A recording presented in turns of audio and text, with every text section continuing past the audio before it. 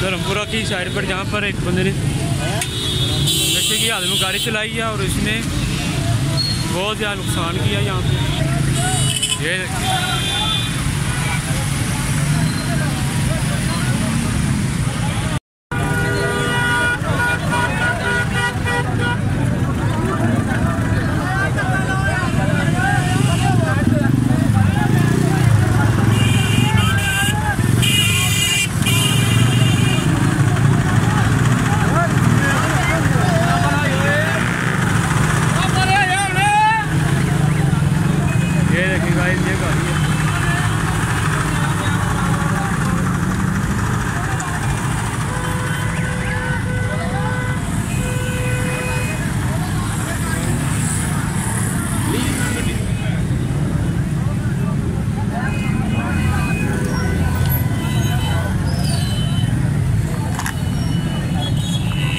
ये धर्मपुरा बाजार के करीब हूँ मैं।